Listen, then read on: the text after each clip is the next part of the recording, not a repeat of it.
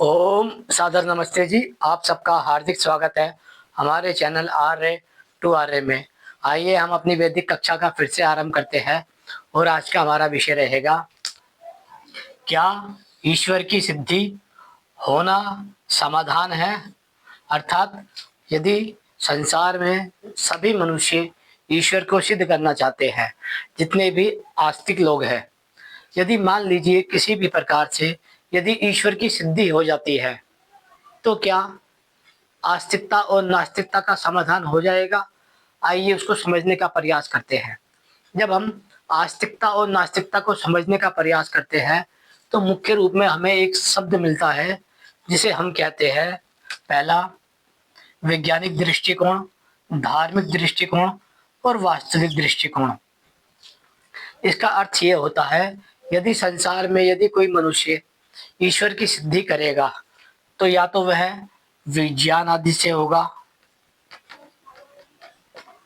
या फिर धर्म से होगा, या फिर वास्तविकता से होगा। केवल इसी सिद्धि से केवल इसी तीन दृष्टिकोण से ईश्वर की सिद्धि की जा सकती है। पहला है वैज्ञानिक दृष्टिकोण, अर्थात सृष्टि के नियम आदि से। दूसरा है धार्मिक दृष्टिकोण, अर्थात धर्म से सिद्धि की जा सकती है। और तीसरा है वास्तविक दृष्टिकोण।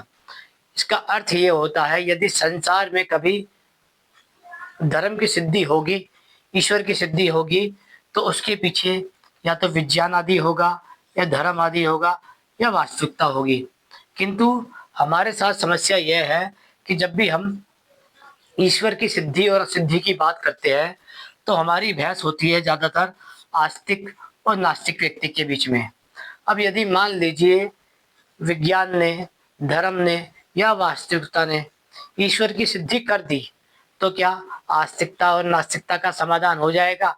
क्योंकि यदि जब हम आस्तिकता और नास्तिकता की बात करते हैं तो संसार में लगभग 1% या लगभग मान लीजिए 10% लोग नास्तिक है और 90% लोग अपने आप को आस्तिक मानते हैं।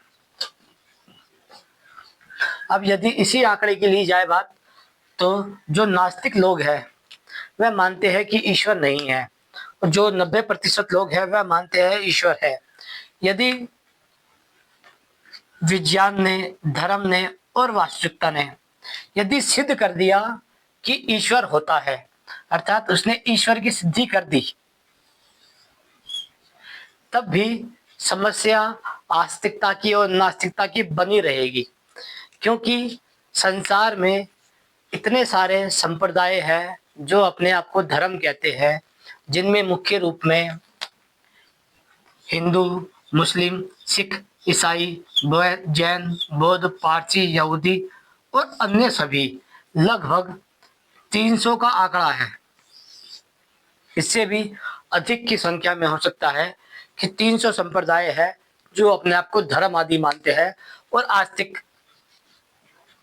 आस्तिक ग्रंथ मानते हैं, आस्तिक व्यक्ति मानते हैं। यदि विज्ञान ने, धर्म ने और वास्तविकता ने यह सिद्ध कर दिया कि ईश्वर होता है, तब भी आस्तिक और नास्तिकों की समस्या ज्यों की त्यों बनी रहेगी। इसका कारण क्या है? इसका कारण यह है, यदि ये सिद्ध हो जाता है कि ईश्वर है, तब समस्या आती है कि ईश्वर तो है, अब वह किसका ईश्वर है? हिंदू का ईश्वर है, मुस्लिम का ईश्वर है, सिख का ईश्वर है, ईसाई का ईश्वर है, जैन का ईश्वर है, बौद्ध का ईश्वर है, पारसी का ईश्वर है, यहूदी का ईश्वर है, या अन्य सभीयों का ईश्वर है। अर्थात ये जो अलग अलग मत, पंथ, संप्रदाय बने हुए हैं, जो अलग अलग नाम के आधार पे अपने आप पे जातीय ठप्पा लगाते हैं, संप्रदाय का ठप्पा लगाते हैं, या अलग अलग नाम और पहचान से पहचाने जाते हैं, क्या वह ईश्वर इनका ईश्वर हो जाएगा? क्योंकि हमारे साथ क्या समस्या है, हम अपने आप को हिंदू मानते हैं लेकिन मनुष्य नहीं मानते, मुस्लिम मानते हैं, मनुष्य नहीं मानते, सिख मानते हैं, मनुष्य नहीं मानते, ईसाई मानते हैं, मनुष्य नहीं मानते। जैन मानते हैं, मनुष्य नहीं मानते। बौद्ध मानते हैं, मनुष्य नहीं मानते। पारसी मानते हैं, मनुष्य नहीं मानते। यहूदी मानते हैं, मनुष्य नहीं मानते। अन्य सभी संप्रदाय मानते हैं, लेकिन मनुष्य नहीं मानते। अब यदि ईश्वर की सिद्धि हो भी जाती है, तब भी जो आस्तिक है और जो नास्तिक है, उनकी समस्या ज्यों की त्यों ही बनी रहेगी। इसलिए जब हम ईश्वर के अस्तित्व पे चर्चा करते हैं, तो इसका अर्थ ये होता है, हम ईश्वर के अस्तित्व पे चर्चा ना कर कर केवल नास्तिक की ना आस्था और आस्तिक की आस्था पर चर्चा कर रहे हैं। अब यदि हम इसी के अनुसार मान लें कि ईश्वर सिद्ध हो जाता है, तो भी हमारे सामने एक और बड़ी समस्या आ जाती है। जैसे कि मान लीजिए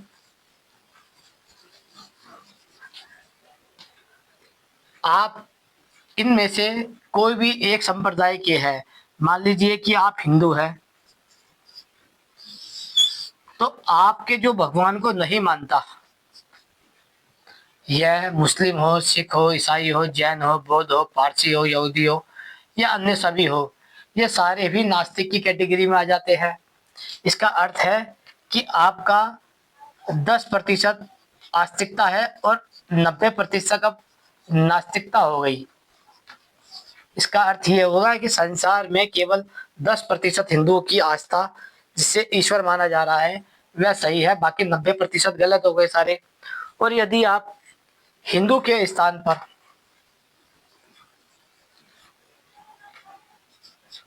मुस्लिम, ईसाई, जैन या अन्य कोई भी रखते हैं, तब भी यही समस्या आएगी कि मुस्लिम को रखेंगे तो अन्य सभी मुस्लिम की नज़र में नास्तिक हो जाएंगे, सिख को रखेंगे तो अन्य सभी सिख की नज़र में नास्तिक हो जाएंगे, ईसाई को रखेंगे तो अन्य सभी इनकी नज़र में नास्तिक हो जाएंगे।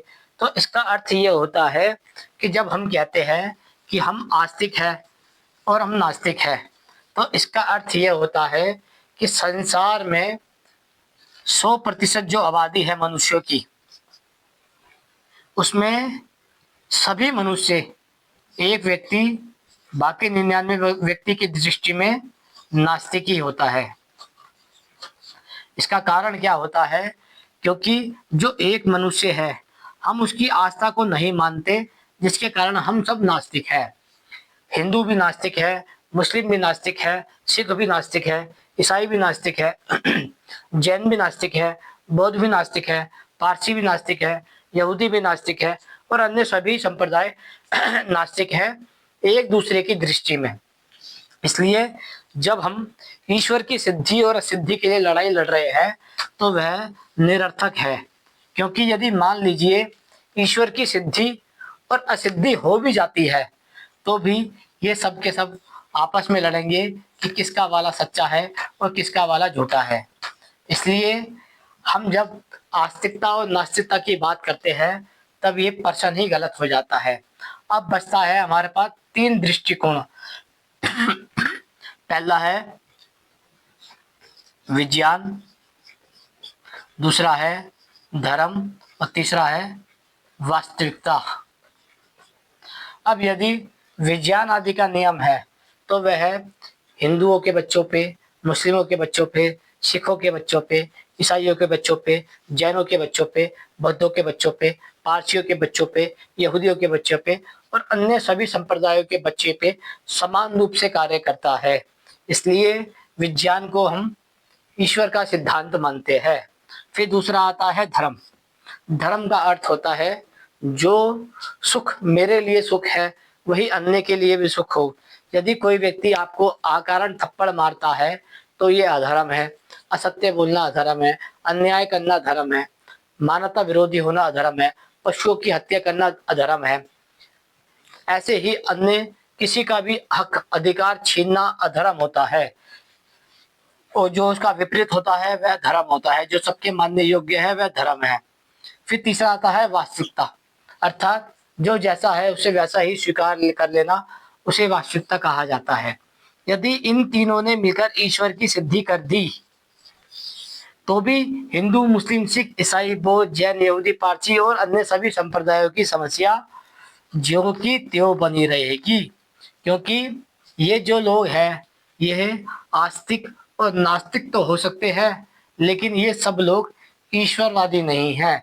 ये सब लोग अपने अपने बनाए गए खिलौनों को, कल्पनाओं को या फिर व्यक्तियों को ही ईश्वर मानते हैं। इसलिए जब हम कहते हैं कि हमने ईश्वर की सिद्धि कर दी या ईश्वर की असिद्धि हो गई, तो इसका अर्थ होता है कि आस्तिक व्यक्ति और नास्तिक व्यक्ति जब ये दोनों बहस करते हैं, तो ये सोचते हैं यदि नास्तिक व्यक्ति ने आस्तिक व्यक्ति को हरा दिया तो ईश्वर की असिद्धि हो जाएगी, और यदि आस्तिक व्यक्ति ने नास्तिक व्यक्ति को हरा दिया तो ईश्वर की सिद्धि हो जाएगी। जबकि ईश्वर की सिद्धि और असिद्धि आस्तिक व्यक्ति की आस्था और ना आस्तिक व्यक्ति की ना आस्था पर नहीं टिकी हुई। ईश्वर तो स्वतः ही सिद्ध है, लेकिन समस्या यहाँ पर आती है कि ईश्वर ने संसार में जो मनुष्य बनाए हैं उनको हिंदू, मुस्लिम, सिख, ईसाई, जैन, बौद्ध, यहूदी, पारसी और अन्य किसी भी संप्रदाय का बना के नहीं भेजा।